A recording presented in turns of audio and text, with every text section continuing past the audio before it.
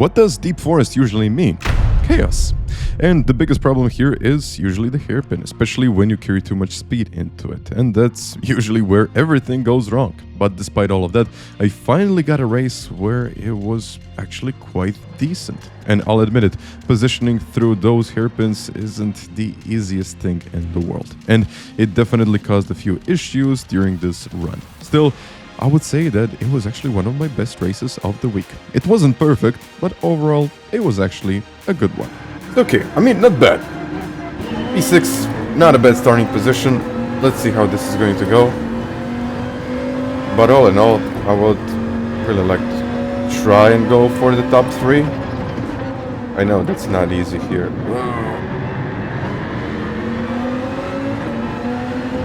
And we got that Heston in front.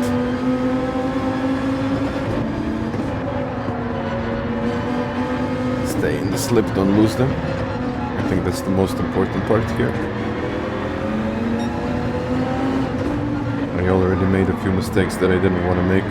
It's easy to make mistakes here, so I really wanted to keep things smooth on the first lap and really try to avoid any unnecessary mistakes.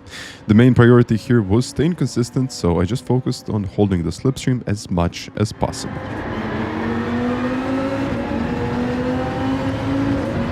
Goldie already 2 seconds ahead. Oh.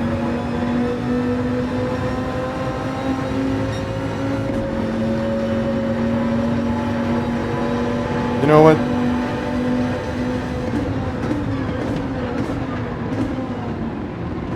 I wanted to try it. And I know I have to go for it. But I also know that I need to be patient, because if I'm not patient, then a lot of bad things can happen. Well, let's try. He's got the slipstream.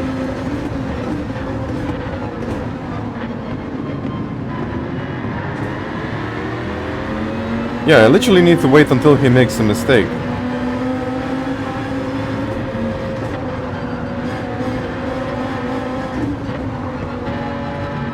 I mean, I can, of course, dive bomb him. That's the easiest thing to do. And one really interesting thing here is that even if you try to go for the move, it's almost impossible to pull alongside without slipstream. Even if you have the faster car, overtaking without any kind of draft is almost impossible. So the key was just to stay in line and wait until someone makes a mistake. And of course, when that happens, you just need to be ready to capitalize on that and, I guess, just try to get the most out of it.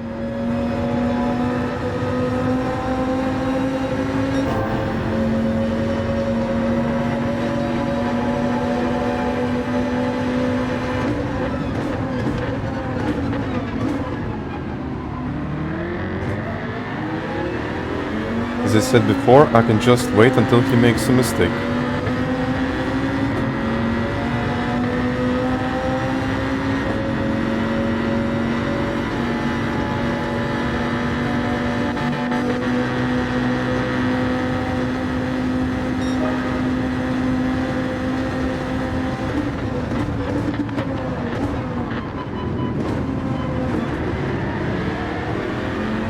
Also gotta go into space.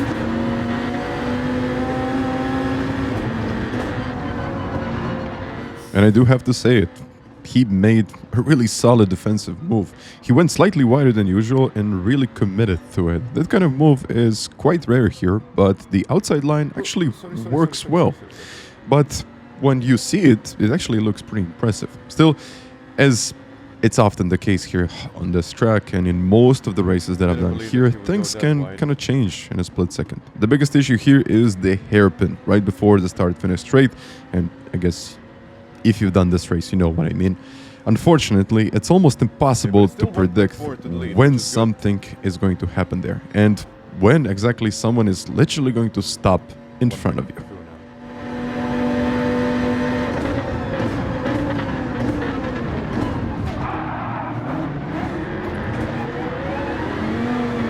Not good. And I guess just to show you what the real issue here is, what usually happens, I guess, is that everyone is so close together. And if the car in front or even a couple of cars ahead of you makes a mistake or has a slight contact, it creates this kind of domino effect. And when the gaps are really that tight, every little touch gets amplified. And just like that, unfortunately, you lose a couple of positions. So I guess it is what it is here. So for the next lap, I really focused on recovering. When I saw the other two guys in front kind of starting to battle a little bit for positions, I actually thought we might lose the slipstream, since the gap to the lead was growing. But as always on the circuit, things can change in an instant. And on the lap where I finally had a chance to go for it, I did. But I guess something quite unusual happened.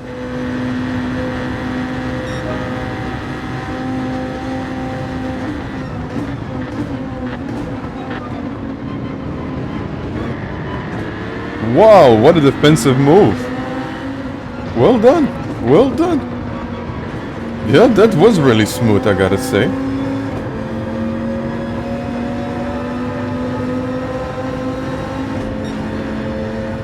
Well, to be fair, it didn't break very late, but at the same time, pulling that off, it's actually pretty amazing. Yeah, but still, look at the gap now. 1.1, 1.0.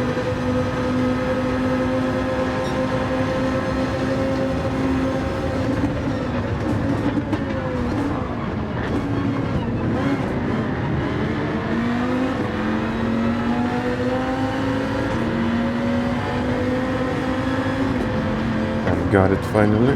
And just before I get roasted in the comments, this is what actually happened. There was a bit of contact between the two drivers in front, and unfortunately the Viper slightly missed his braking point. And to make up for it, he decided to slow down and wait a little bit. And I kind of ended up caught in all of this chaos situation. It was actually quite okay. It happens here because it's quite easy to misjudge your braking point. And it looked like I bumped into him, but he actually got himself in a bit of trouble. Either way, I managed to get the place back, and what was really interesting is that even if you slightly go off on the circuit, you will eventually pick up a penalty, and that's exactly what happened with the car in front. So now, the goal was actually to stay behind him, just stay very close, and there was really no need to go for the overtake. Just wait until he serves the penalty and take advantage of it. But before any of that could happen, it was time to jump into the pits.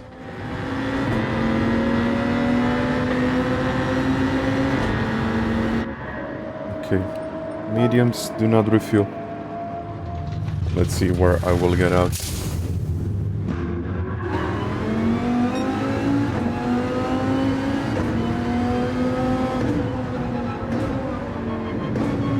Wait a second.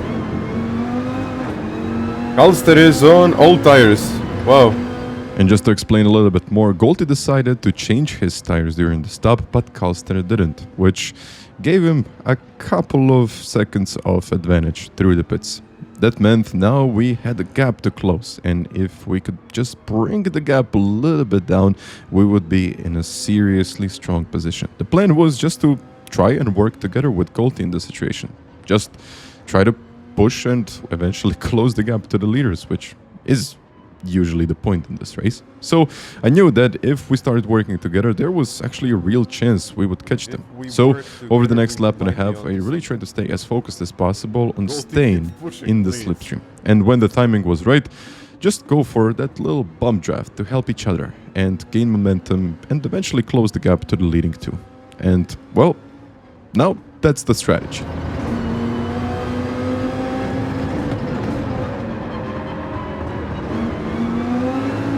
Those two at the front didn't change their tires, so now we need to manage the gap. So 1.5 to P5, I just want to get away from them. I know Yahi has better tires now, but I got the slipstream, which I believe it's more important. And that was exactly why it was really important to stick with the slipstream. And sometimes it can give you up to sometimes even a half a second per lap. And maybe even more if you're working in a bigger group. So the strategy was actually quite simple. Work with Golty and use a bit of bump drafting, just, I guess, to gain a bit of speed on the straight and avoid battling each other. And that was one of the things that I really wanted to stay away from. I know, you ask me quite a lot, why didn't you go for the move, or why are you just sitting behind someone for so long? And the truth is, if we start fighting at this point, we probably would never caught up the leading two. We would just throw away this whole race. But by staying patient and really holding that position, we could gain some serious time. And on top of that, we weren't burning our tires. We were just managing our pace, and we were just letting the others up, or even at the back, fight. And this gave us a really good shot of potentially even going for those, maybe even the win here. I'm not going to say the win yet, but it's a fair shot. And when you really have someone that you can work with, like Golty in this example, you're basically winning races without even thinking about it. So that's one of the most important things of this game. Really find someone to work with, and of course, don't really make those rushed decisions. And after a couple of laps, we finally got close to the leading two. And yeah, at that point, I'm kind of done being patient, and it's actually time to go for it. I think that strategy of not changing tires isn't gonna be worth it in the end, but let's see. You never know.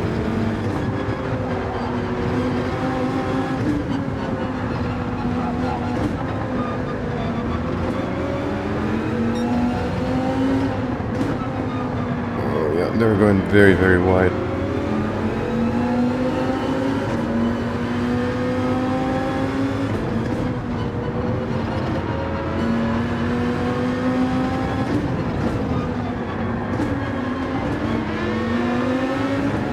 Oh, now, yes.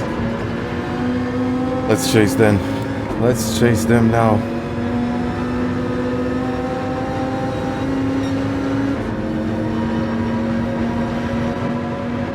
Is he going to go for it now?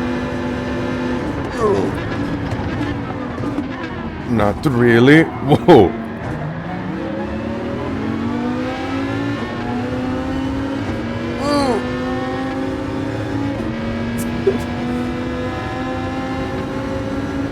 How did this work?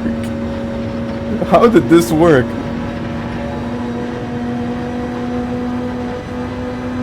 I didn't even want to be there. And to be fair, that was actually a really lucky move. But now my eyes are on leader, and I am ready to do everything I can to fight for the top step of the podium.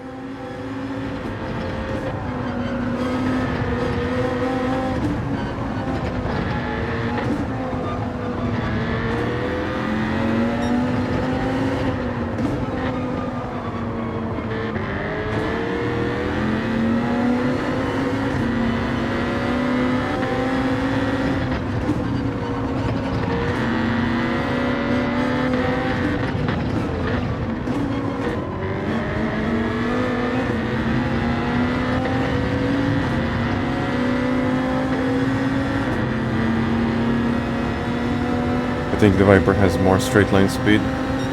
Yes, it does. Oh. Thank you.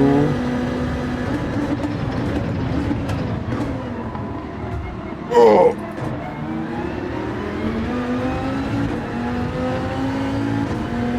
And somehow I'm in the lead. How did this happen? Okay. I'll try to go defensive, even though I know they'll probably overtake.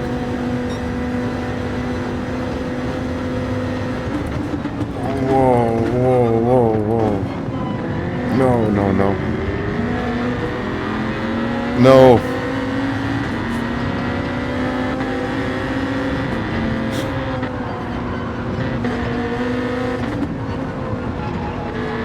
I will lose Golty now.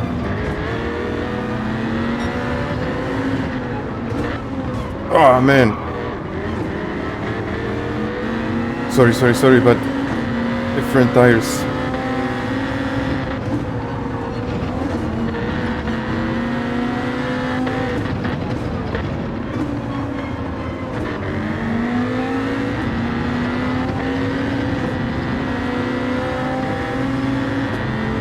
Let's try this now.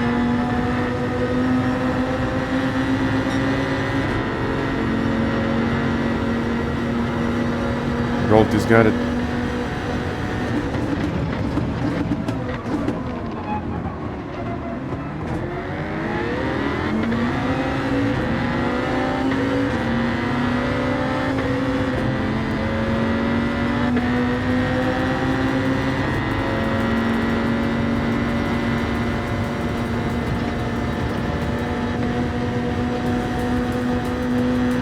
Oof. P2 in the end. Okay. I wasn't expecting that dive. I just didn't think that it was going to be possible, yet he did it. And unfortunately, because he was on worse tires, we lost Golti, and that was about it.